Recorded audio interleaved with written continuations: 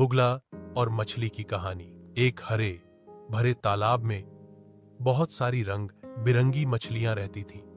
उसी तालाब के किनारे एक बुगला, सफेद बगुला भी रहता था। बुगला चालाक था, लेकिन बूढ़ा हो चुका था। अब उसे शिकार पकड़ने में कठिनाई होती थी।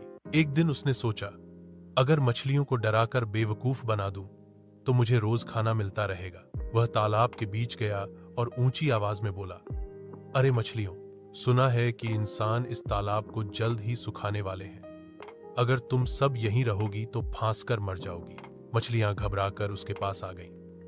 अब हम क्या करें बुगले भाई? बुगले ने बड़ी मीठी आवाज में कहा, पास ही एक और गहरा तालाब है जहां तुम सुरक्षित रहोगी। मैं तुम्हें अपनी चोंच में बैठाकर वहां पहुंचा दूंगा। मछलियां खुश हो गईं और एक एक करके बुगले के साथ जाने लगी। लेकिन असलियत यह थी कि बुगला उन्हें उस नए तालाब में नहीं छोड़ता, बल्कि पास के पत्थरों पर बैठकर खा जाता। दिन ब दिन मछलियों की संख्या घटने लगी। तालाब की एक चालाक काली मछली को शक हुआ। उसने सोचा, अगर सचमुच नया तालाब होता तो अब तक लौटकर आई हुई कोई मछली हमें जरूर मिलती। अगले दिन वह भी बुगले के साथ जाने को तैयार हो गई। रास्ते में उसने चालाकी से कहा, बुगले भाई, मैं थक गई हूं, जरा नीचे रखकर आराम करने दो। बुगला जैसे ही उसे पत्थर पर छोड़ने लगा, मछली ने तुरंत छलांग लगाई और झाड़ियों के पीछे छिपकर देख लिया।